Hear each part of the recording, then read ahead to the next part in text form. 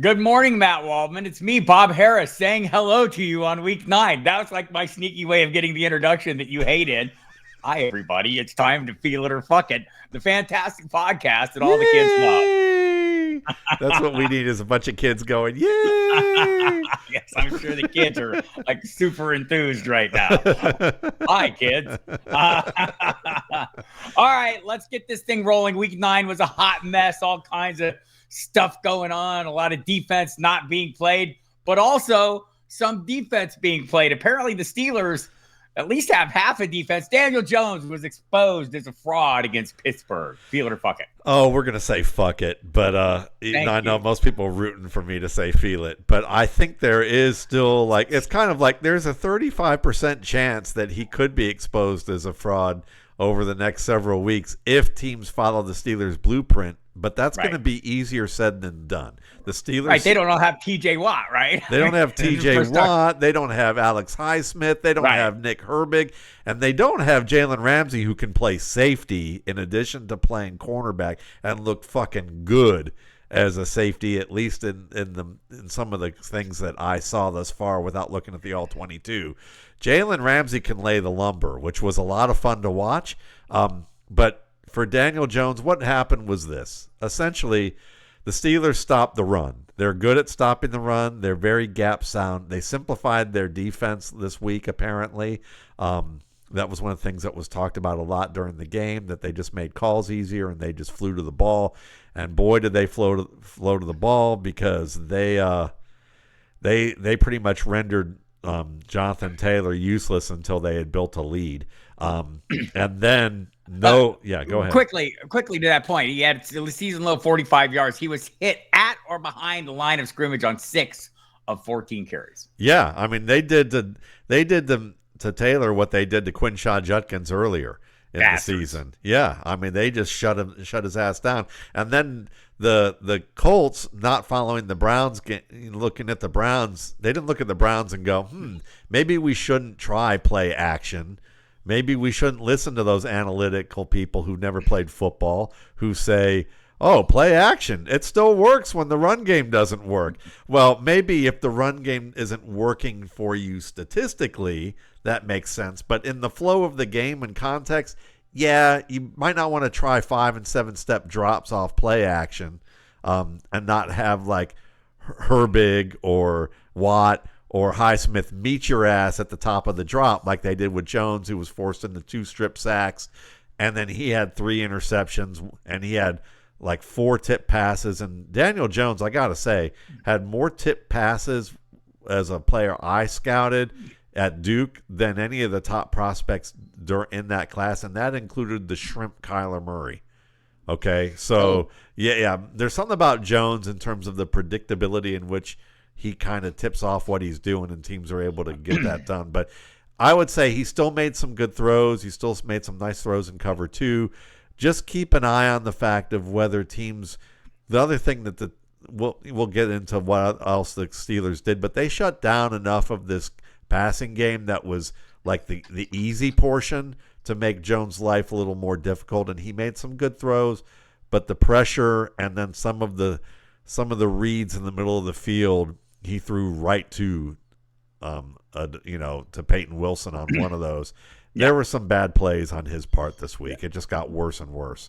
That's not been, the norm for him so far this year. They've mitigated all that. They've limited at least the possibilities for that, and he's done a good job. Yes. To his, in general, but yeah, this one was not great. He'll try to bounce back, I believe, against the Falcons, who put a beat down on Drake May, and Patriots still won, but nonetheless, he was under pressure the whole time. It'll be interesting to see how Daniel Jones responds to this game with the Falcons on tap. Alec Pierce, sticking with the Colts, a more complete receiver than Michael Pittman. Feel it or fuck it. I'm feeling that. He may not be the most productive receiver, but I think what he does as a route runner is more complete than what Pittman can do. Pittman's more of a crossing route player who can run either the hitch or the deep out or fade, like the fade or the go routes. He's more of a straight line-ish type of guy, and I think Pierce is showing that he's better even against tight coverage and that Daniel Jones is trusting him, and the hands are getting a little bit more reliable. Pierce had reliable hands at Cincinnati, but earlier in his career, it just seemed like he wasn't able to hold on to as many throws as he should with the Colts, and now that's starting to work itself out. Wouldn't surprise me if Alec Pierce ends up being like a second contract wide receiver, primary wide receiver in the league, and I would hope it would be with the Colts if they can keep him. Yeah, we'll see how that one plays out. I think Michael Pittman's, edge here is the physical dominance, the imposing physical stature that makes him more of a possession guy. It just seems like Pierce is limited to a big play guy, but maybe that's just because of the usage. Yeah, watching recent weeks, they've been throwing it to him all over the place on like honey holes in cover 2, on outs and comebacks and over the middle, dig routes. He's shown up everywhere and been making good plays in a way that on routes that you would expect from the primary guy. Whereas with Pittman, he gets primary volume, but he doesn't do it in the variety of ways that really befits a number one receiver. So Pittman's the number one now, but it wouldn't surprise me if Pierce grows into that role. If the Steelers gave us a blueprint on how to stop Tyler Warren, do other teams have the materials necessary to follow the plan? I believe they do, because it's been, I think the thing that's pissed me off the most from watching film in the NFL this year has been watching all the gimmies for Tyler Warren. It's not that I'm rooting against Tyler Warren. It's just that I'm telling you. But it's more from the fact that there were so many plays like 2 or 3 plays every week I've watched where Tyler Warren is just running free. Even J.J. Watt mentioned, like when they interviewed Tyler Warren, the play-by-play guy was basically asking Tyler Warren about when the last time he cut his hair, and J.J. Watt was asking him, how does it feel to be like running free, like pretty much on like 3 to 5 plays a game where you don't even know where everybody is? And he's like, well, that's just the product of the scheme. But I would say it's the intent of the scheme, but it's the product of linebackers and safeties and corners in that flat triangle area not making him a priority. And the Steelers said, fuck that. We are not letting this guy breathe, and we're going to make him taste turf pretty much on a regular basis. Jalen Ramsey laid his ass out on a play early to kind of send a signal to say, it's going to be a physical game for you, Tyler. We know you can probably handle it, but we're going to test that. And then they made sure that they stifled him yards after the catch. It was probably his worst yards after the catch efficiency day. And that's the way I expect defenses to prioritize him, especially where a lot of them were just sloppy and had a linebacker or a safety reacting to another route that was supposed to serve as a distraction, even though there was coverage accounting for that route other than them. And I think that the Steelers were able to play focused, disciplined football, and they just fucked Warren's game up. And I think that made Daniel Jones' life harder because they weren't getting these gimme first down big plays that they lead the league in off of the run because, well, they shut the run down. They harassed Jones, or before they harassed Jones, they shut down Tyler Warren where they weren't getting the easy stuff, and it made Jones have to work for it, and he was up and down. All right, fair enough. So the Steelers are justified in trying to make the very large Darnell Washington a thing in this offense. Feel it or fuck it? I'm feeling it. At first, I was going to say no. I was kind of upset about it, but now that I'm watching Darnell Washington do what he did at Georgia, which is basically to be a monolith with speed who can vacuum the ball, I absolutely get it. I just think that they prioritize their tight ends wrong. So then you feel like maybe the Pat Freiermuth is getting more run than he should. No, fuck that. I think that they're unjustified in giving Washington the run at the expense of Pat Freiermuth. I would say get Jonnu Smith's ass off the field. Like, I like Jonnu Smith fine enough, but like in this offense, I think Pat Freiermuth's a better blocker. I think he's a better contested catch receiver who can run different routes. And you can pair up Darnell Washington, Pat Freiermuth as the combo, and tell Arthur Smith to sit his ass down and stop protesting at the kiddie end of the table with Mike Tomlin when they have their meetings about how they're going to deploy tight ends and keep Freiermuth on the field.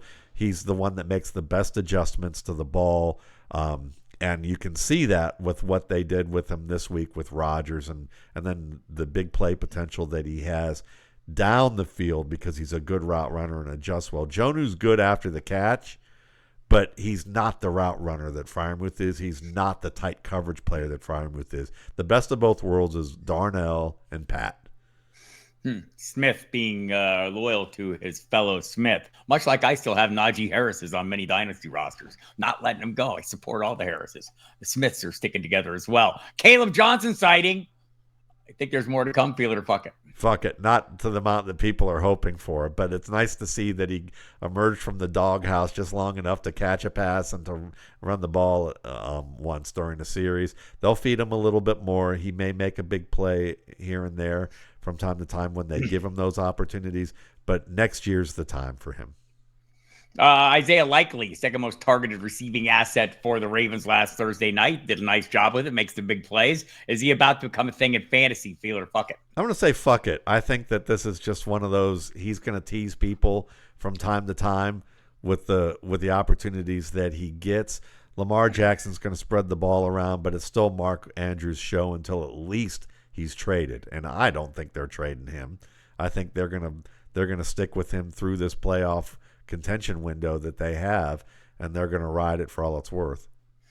Fair enough. Just getting the news in that Tucker Kraft's knee injury is indeed a torn ACL. Luke Musgrave, feel it or fuck it? Feel it. I feel it because look at the gimme plays they give Tucker Kraft. Him and Tyler Warren lead the league, and where the hell are all the defenders when I catch the ball on the flat? And thank God they're not around. Well, he runs over any that are there. He does. He's I don't know good if at that. Musgrave's going to do that. Yeah. Well, Musgrave isn't as physical as Tucker Kraft, but he's quicker and he is a little bit more elusive, and he's a very good contested catch receiver. So I think if they use him like Tucker Kraft, he'll give you about 80% to 90% of what Kraft gets you in yak. I'm old enough to remember that Luke Musgrave was the guy they drafted to be Tucker Kraft before Tucker Kraft. That's right. Tucker Kraft. And I can remember talking to beat writers there just came a point where they started saying, you guys, it's not Musgrave, it's Kraft. That's the guy you got to watch. Turned out to be the case, but now Musgrave gets an opportunity. We'll see how it goes. Michael Penix Jr., the Atlanta Falcons quarterback you love so dearly. Is he getting better? Feel it or fuck it? Yeah, I think he is. I think he's getting better in the middle of the field. I'm seeing some better. Thank you for asking for that clarification. I think he's getting better all around, but I think he's specifically in the middle of the field. I'm seeing some more daring throws, but they're based on leverage reads that are advantageous for him. He did that against the Patriots a couple times against linebackers. He showed really good placement in the middle of the field overall. I like that. But I would also say that we're seeing maybe an adjustment from Zach Robinson where I'm just going to create a little fiction that might be believable, okay, is the idea that maybe Drake London and Michael Penix went to Zach Robinson and said, dude, I can throw the fade better than pretty much anybody in the league if you let me throw it more often. And I've got a receiver in Drake London and one in Kyle Pitts who I could probably throw these to. And even when I fuck up the throw, they're probably going to catch it. And I think that we saw that on display this week. That's fair enough. Drake London, dominant force. So Kyle Pitts, like it's just good enough to tempt you to play him and just not good enough to hit the high-end projections. What do we do with Kyle Pitts? Will he remain at this level or will he become more of a thing? Feel it or fuck it? I think he's going to remain at this level right now, but if we can see another week, where Michael Penix and Drake London are catching fades and they're making these trust throws, I think they'll expand it to Pitts, and then Pitts could really come on. But we need to see whether this just happens to be a 1 week anomaly and Zach Robinson like goes back into his shell, or whether or not they open this thing up and let Michael Penix be University of Washington Michael Penix. Drake London will deliver elite fantasy production down the stretch. Feel it. Yeah, of course we're feeling it. And I'll definitely be feeling it if they do what listen, 3 touchdowns, all of them were, contested throws with great placement and awesome tracking and positioning of his body to catch the ball. I mean, it was literally a showcase for what these two could do with each other that was easy to envision if you watched Michael Penix at Washington and watched Drake London at USC and really Kyle Pitts at Florida. So if they can get those two receivers working with these types of routes and maybe throw 20 to 30% of their targets on these types of throws, whether it's short trust throws or deeper trust throws, down the field, a combination, I think we're going to have a dynamic offense in Atlanta for that period of time. And hell, those two might not be the best at making circus catches.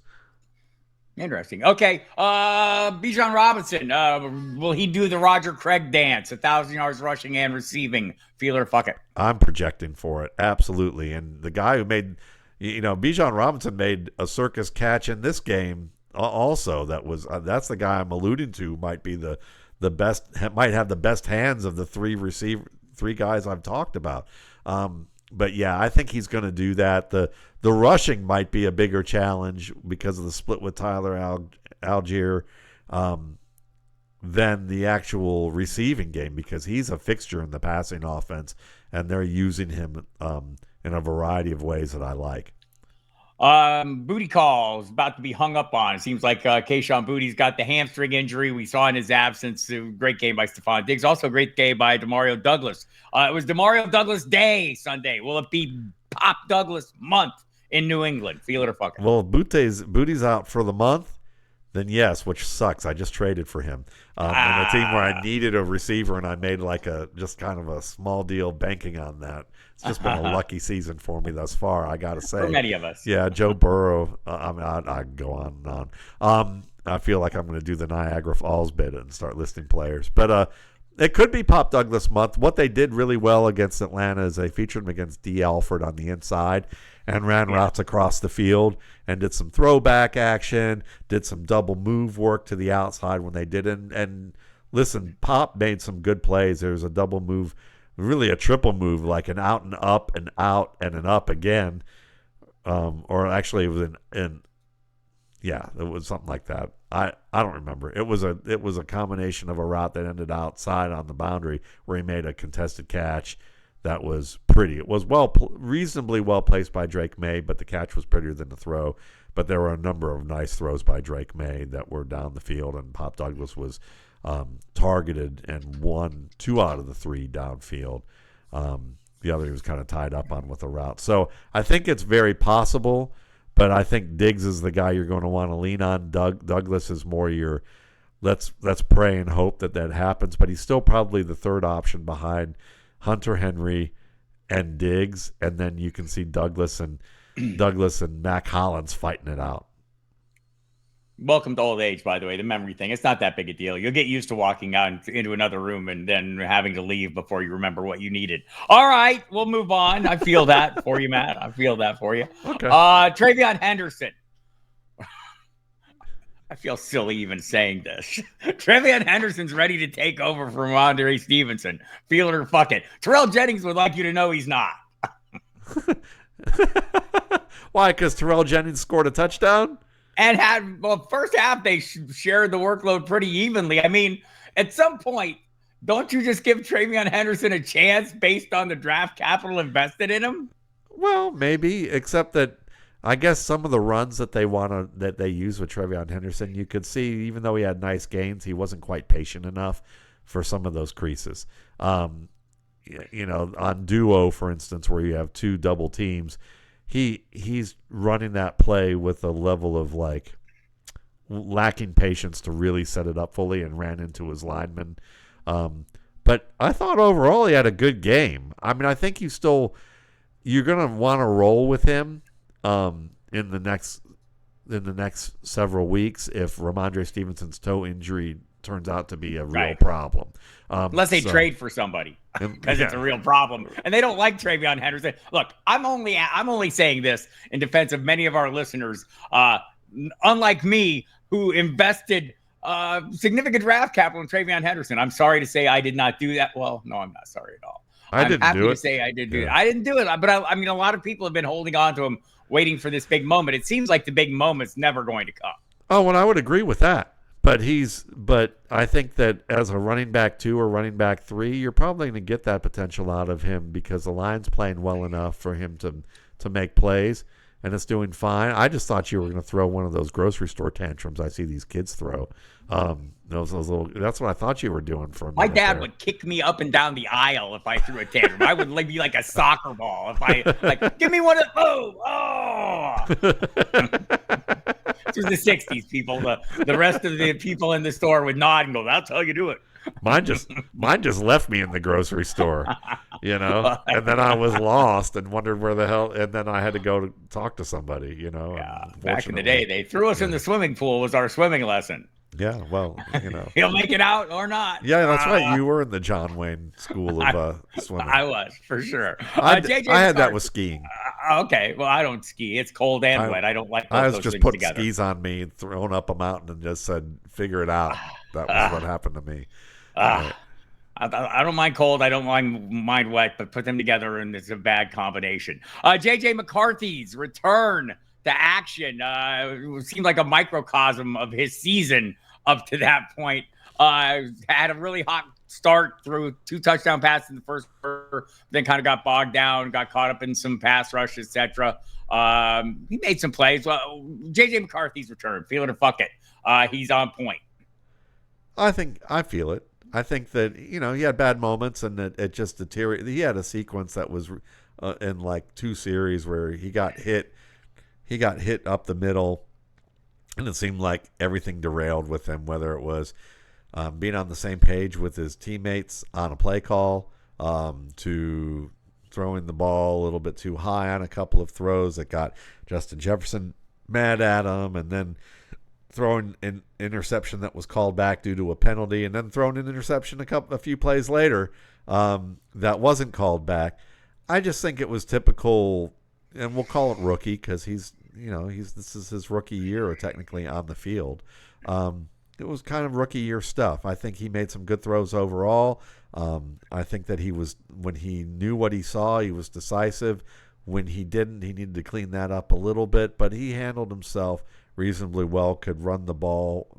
And I think if you give him time, he'll be fine. I mean, I think that unlike Chicago Bears fans, I would say that Minnesota fans are a little bit more patient and understanding that even though your quarterback's in his second year, that it's an up and down process, and I think that they have reason to be optimistic. Yeah, I've kind of said all along. I mean, I have a lot of faith in what Kevin O'Connell's done over the course of his time working with offenses and getting something out of quarterbacks that had no business giving him anything. And here's one that he thinks can give him something, and he's gonna, if nothing else, he's gonna work to make it happen, right? I mean, this is a big deal for the Vikings and for him, given the draft capital invested. John Morton, the offensive coordinator of the Detroit Lions, he just hung the open sign on Jameson Williams a month. Feel it or fuck it. Totally feeling that. Maybe it's wishful thinking or wish casting a bit, but John Morton apparently either led off a meeting or told the broadcasting crew that he apologized to Jameson Williams this year for not getting him the ball enough, not targeting him enough, and that it was totally on him. And we saw what happened in that Vikings game, or if you didn't, you saw some big plays.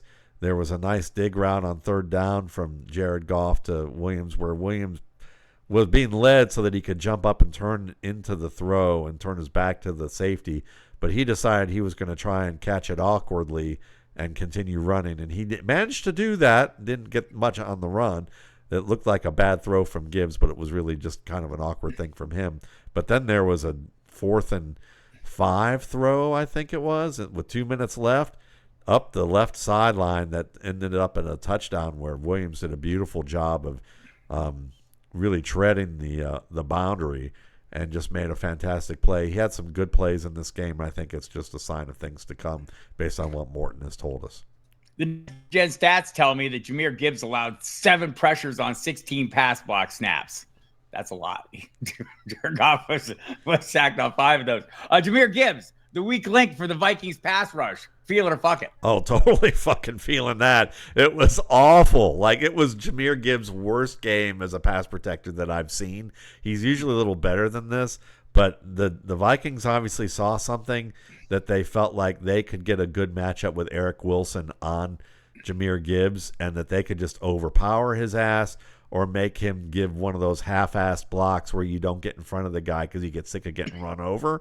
And that's what Jahmyr Gibbs was essentially doing. And some of it was not even just Jahmyr Gibbs' fault. Some of it was they put the Detroit Lions in binds. What they did is they had cross blitzes. Cross blitzes are when you crisscross the inside linebackers through the A gap. So you think one's heading, the one that's over one A gap is going into the opposite A gap, and that's kind of why they cross over like that. And it kind of looks like a twist in the way that tackle ends run twists as well, so it can confuse linemen. But to further confuse things, what they did is that they had either a safety or an outside linebacker like Andrew Van Ginkel playing on the edge, and they would have them sugaring the outside gaps over the tackle so that the tackle and the guard had to adjust to that potential of that pressure. And what would wind up happening is that guy sugaring that gap would drop, and then you would have the tackle and guard on one player, and they didn't need to be on one player, and then that would leave one of those gaps open for where basically Gibbs had to try and guess which of the two players he should pick because of the fact that the center had one guy, and now there were two guys coming through either A gap, and Gibbs had to pick one and let the other one go. That happened for a sack. There were other plays where they did the similar type of thing, and it just opened up a free man or created a huge mismatch against the center or against Gibbs. And it was just a trash day for the line because they couldn't figure out what Brian Flores was doing with these looks and how he varied them up. Kaleb Williams. It's an interesting game. Wild day against the Bengals. So great fantasy day, right? 36.7 points, highest score on the day. Threw for 280 yards and 3 touchdowns. I'll say it like this. Kaleb Williams, a better receiver than a thrower against the Bengals. Or no, let me do it this way. Kaleb Williams was worse against the Bengals than he was against the Ravens. Feel it or fuck it. I would feel that, but I don't think he was awful against the Bengals. I will say this. Adam Archuleta can be added to the list of former defensive backs who need work on calling their stuff on about offensive players. Like, you can join the ESPN dude Clark. You can join the dude who the former Giants dude who said Nick Chubb would never be a thing. That kind of stuff. Those guys don't know offense, and they need to take some classes or something, because like the amount of times he told us that Kaleb Williams should have scrambled on a play and he was just dead ass wrong. It was like he was looking at still shots and seeing a hole and not understanding what was really happening there. But aside from that, yes, Williams was worse.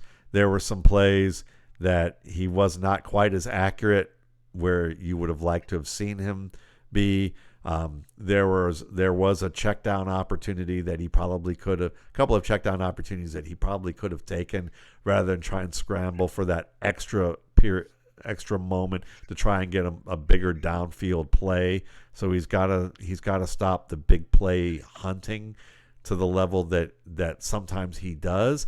I think, he didn't show that against the Ravens. He showed it against the Bengals this week. But he also made some big-time throws and some good plays. And look, I saw Drake May make some mistakes this week, and en route to a win, where I go, okay, he should have come off this 2-route combination a lot sooner and thrown the ball away instead of taking a red zone sack.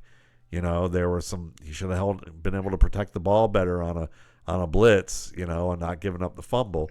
But Williams, on the whole, ballsy throw to Colston Loveland, and finish that game for sure. So Williams gives you that big play element. He's going to give you ups and downs, but overall the highs are better than the lows now.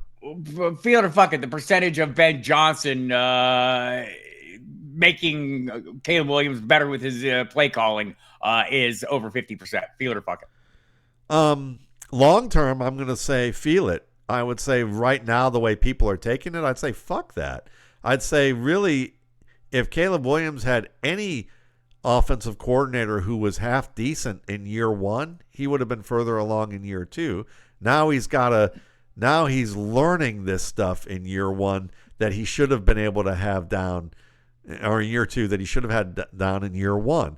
So to say that they're making Kaleb better is kind of like you put Kaleb in a negative that I would say no other quarterback would have been able to handle as well. And now, but then you're going to have to, he's dealing with a boatload of criticism from reactive fans and media. And what they're asking him to do, they're giving him the structure that he needed last year. And he's doing well with it and learning it. And it would just be like taking a really talented person in a situation and saying because they put him in a structureless bad situation that now that they're giving him actual structure that he's supposed to do, that we're on like career suicide watch for the talented person when that's not even remotely the case. I believe that is correct, sir. Monangai, he was pretty good. Had 198 total yards on 29 touches, can handle the heavy volume with DeAndre Swift out. Did he just earn the lead role regardless of Swift's presence? Feel it or fuck it? Oh, I'd love to say feel it, but let's say fuck that for right now. Let's remember the Cincinnati Bengals are an awful run defense.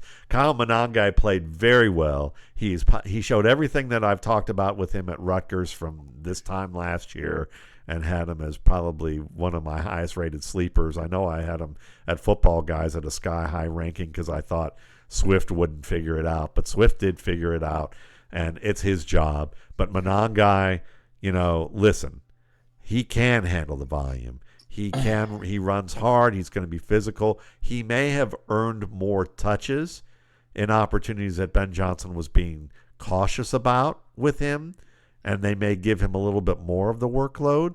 But I would say, we'll see with Swift. If Swift's out for another couple weeks and Monangai continues to play like he did against the Bengals and gets like half to 60% of the yardage he got this week in those other games against tougher team defenses, then we can revisit that conversation. Would love to see him get that workload against the Giants next week. Yes.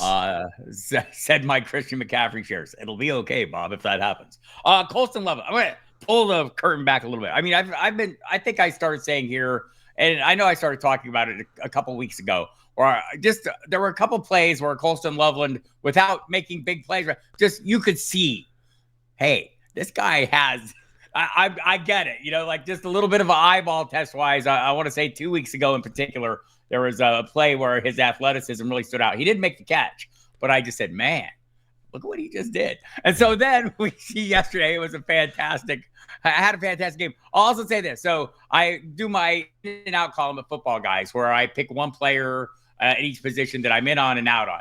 This week, and I go through this long process. People are wondering, how do you arrive at who you're going to do? So I pick a bunch of names and I sort through them all. Loveland was my guy right up until Cole Kmet came off the injury report Friday afternoon.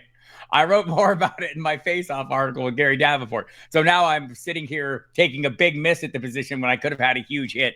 And that's how it goes every week, pretty much. I take big misses when I could have had huge hits, going with the courage of my convictions. Colston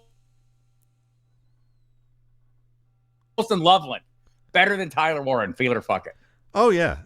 Definitely feeling that as a player. As a fantasy option, we're not quite there yet. Only because we have to see whether teams follow the Steelers' blueprint. But if they do, then Colston Loveland is about to overtake Tyler Warren in the production department, at least for a few weeks if Kmet is out that long.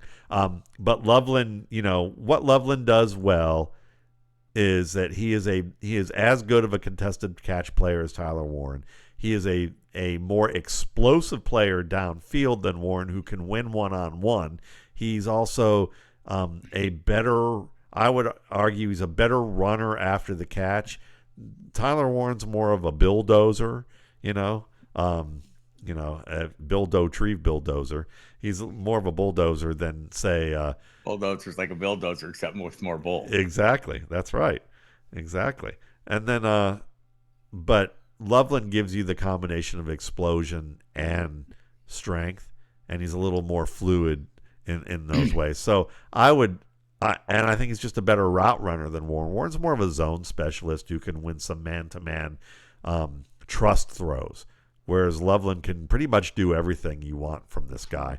And I think that it's about to happen because Durham Smythe is a very good blocker and a nice zone receiver, and they're not going to lose much with him in line as the tight end too, as the Brock Wright.